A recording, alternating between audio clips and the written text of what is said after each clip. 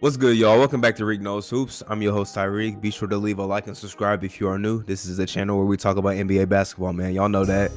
So if you love hoops, this is the place for you. And before we get started, I got to give a quick shout out to my guys over at the Mamba's Legacy podcast. Max and producer Cam, they invited me onto their show to just talk some hoops with them, man. We talked about Russell Westbrook, and we talked about some of y'all's favorite teams, too. It was a great episode, great time. So definitely go tune into their podcast. I'm going to leave the link in the description. Leave a like and subscribe to their channel, man. They're doing some nice things over there for sure. Well, let's get into the conversation, man. Last night, James Harden makes his return from an 18-game absence, I believe, due to a thigh injury. And he played pretty well. He came off the bench for like the first time, I think, since he left OKC, honestly. I mean, that might be the first time he came off the bench. And he made the comment like, I'm pretty good at that six-man role. He has an award for that for sure. Y'all know that. But I really want to talk about the comments that James Harden made last week. He was basically asked, which is something that I've been saying all season long. He was asked about how him, KD, and Kyrie have only played 7 games together, and if that will affect them going into the postseason. And he pretty much said, like, no, because the talent level is so high on this roster and between those 3 players that, they really won't miss a beat when they get back onto the court, which is, the right answer for him to say for sure. But if there is one thing that concerns me, that is the thing, because there's no telling really if they will play any more games together. The regular season is winding down, the playoffs are right around the corner. I mean, the playing game is next week, so I'm kind of still skeptical on that, but he might be right at the same time, man. And I don't know, but it is hard for a team to just all of a sudden, not play so many games together and then be able to just click all of a sudden, going into the playoffs. I don't know. It's going to be very interesting to see how this Nets team does fare in that first round series. Let's see how they come out depending on who they play and stuff.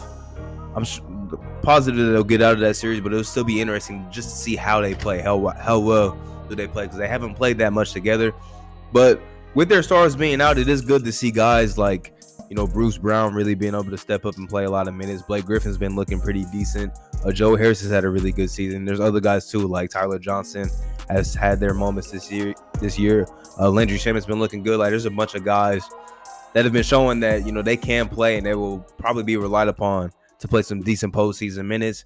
It's also good to see Nick Claxton getting healthy. And, from what it seems like, now their big 3 is healthy for the most part. So, hey, I would like to see them maybe play a couple games at the end of the regular season just to see where they're at, because, the top of the East is pretty tough, man. So, they really want to be on their stuff. But it's good to see star players getting back into the lineup, getting healthy, because, the postseason is right around the corner. But some teams have not been so fortunate dealing with injuries to their all-star caliber players. And the team I have in mind is my Boston Celtics. We got the news a few days ago that Jaylen Brown's going to miss the rest of the season. Now, when the news first came out, a lot of people were speculating, he'll be fine going into the playoffs. He's out for the postseason too, unless the Celtics make some crazy run. But I'm here to tell you, the season's over for the Celtics. It's over with. Hey, Celtics fans, I hate to break the news to you, but our season's over. It's already been one of the weirdest seasons recently in Celtics history, honestly. And this really just puts the exclamation point on it. The Celtics have been dealing with a lot of not only injuries, but Jason Tatum getting the coronavirus. I think they've been hit with COVID harder than any team this season, if I'm not mistaken. And now Jaylen Brown being out the rest of the year, with the team that's already been struggling with injuries. Kemba Walker's been in and out of the lineup. Robert Williams has been in and out of the lineup. Jason Tatum's missed games. Marcus Smart's missed games. It's just really just an emphasis on this season. And I knew it was bad last night. Not only did the Celtics lose to the Cavs, Kevin Love was looking like it was 2012. He had 30 points and I think 15 rebounds. He was going off. I didn't even know Kevin Love was still playing this season. I thought they shut him down, but he decided to go off against the Celtics. And that's because the Celtics were rolling out lineups with Semi Ojeleye and Peyton Pritchard. Shout out to him. He's had a really good rookie year, but he was on the court a lot. Romeo Langford was getting a lot of playing time. Aaron Nesmith been getting a lot of playing time lately. Tremont Waters was getting a bunch of playing time. A bunch of guys that, if they're on the court in the postseason, it's going to be a quick exit for the Boston Celtics.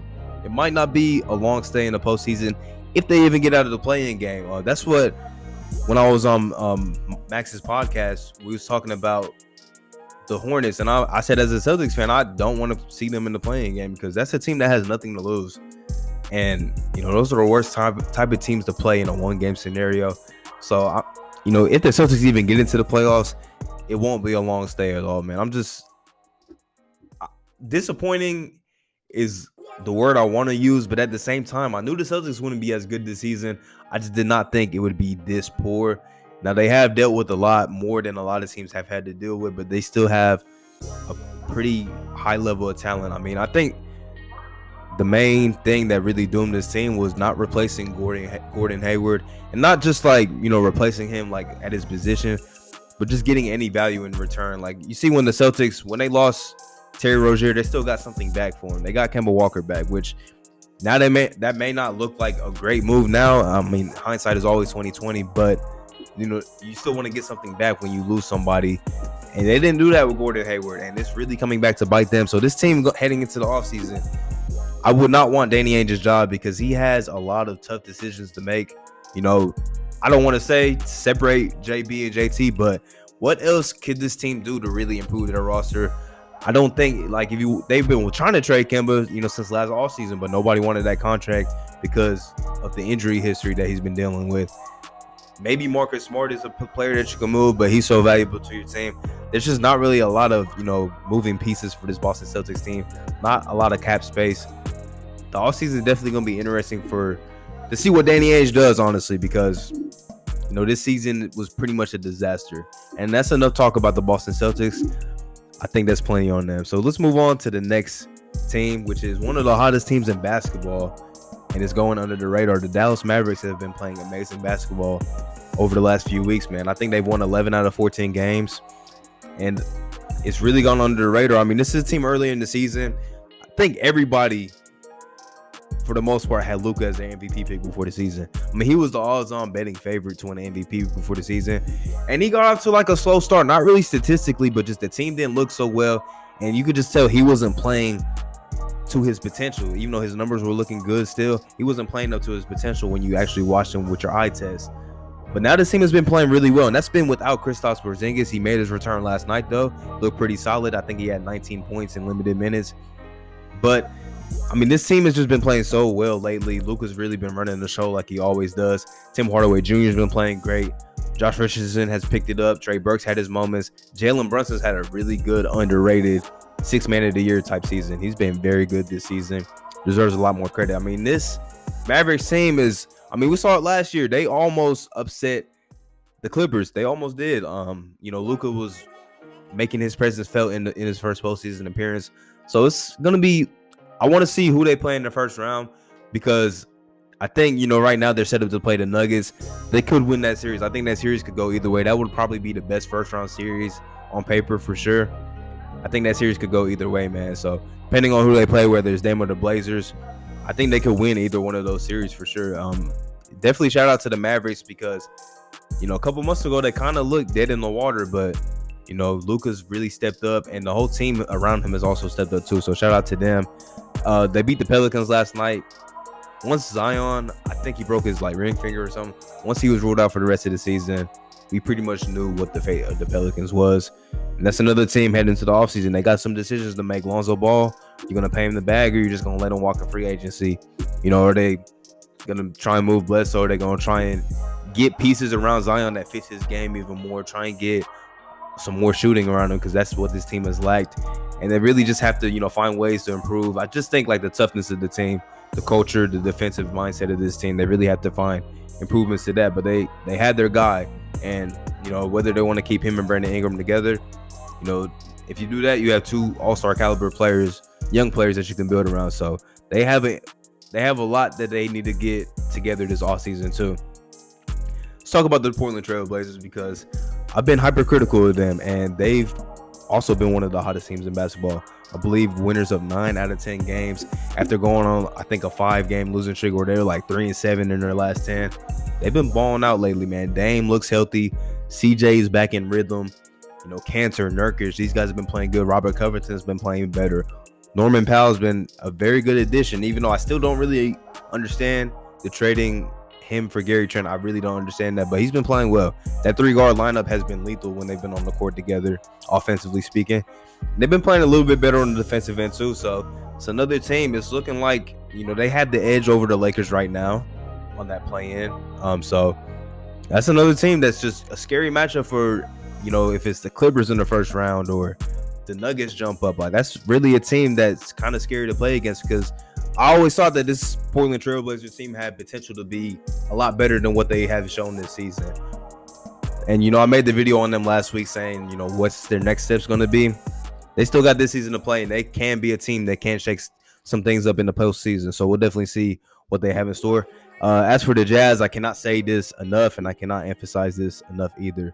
Mike Conley, Donovan Mitchell, please get healthy. Your team needs you to be healthy. They probably won't play the rest of the season, but they definitely need those guys to be healthy, because this team just does not look as fluent without those guys on the court. Obviously, they're starting backcourt, both all-star players this season. They need those guys back. Another game that had playoff implications. That's the beauty about this season. It seems like every game, for the most part, has playoff implications going on, man. The Hawks and the Wizards, this was a nail-biter game. John Collins ended up hitting the go-ahead 3. Still no Bradley Beal for the Wizards, so they didn't get this win. Russell Westbrook has been playing so well lately. I want to congratulate him on getting the triple-double record. We really got to give him his flowers, so I'm giving them to him right now, because he's been one of the best point guards over the last 10 years for sure. And one of the best that we've seen all time, honestly. Shout out to him, and he's still playing at a high level. That's the beauty about it.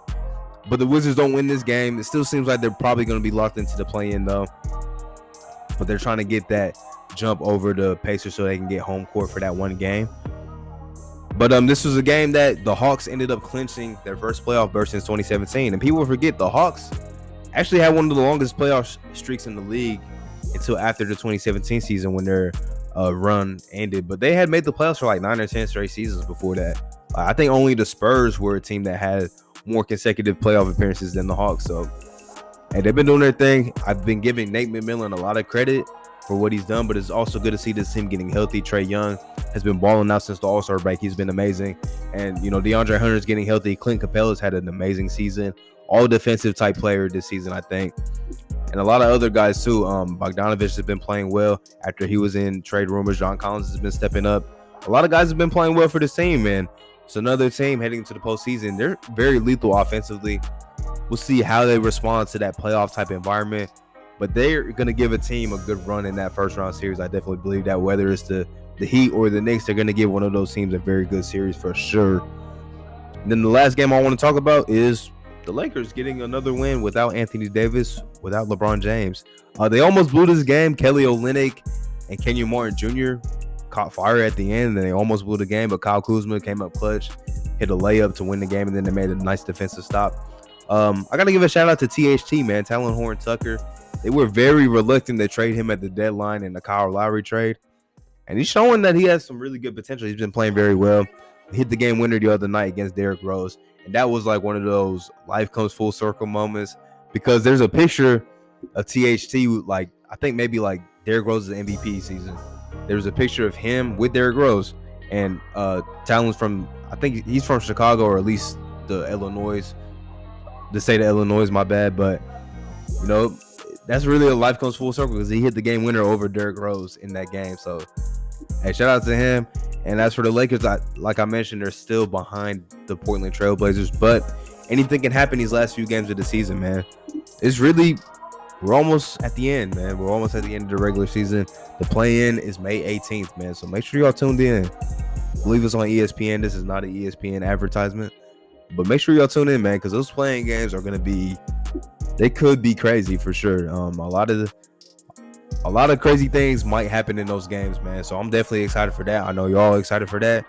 And we're going to talk about it when the time comes. Whenever those games get set and we know who's playing who, we're going to talk about it for sure. But I appreciate y'all for tuning in. Rick Knows Hoops. I'll be back next time, y'all.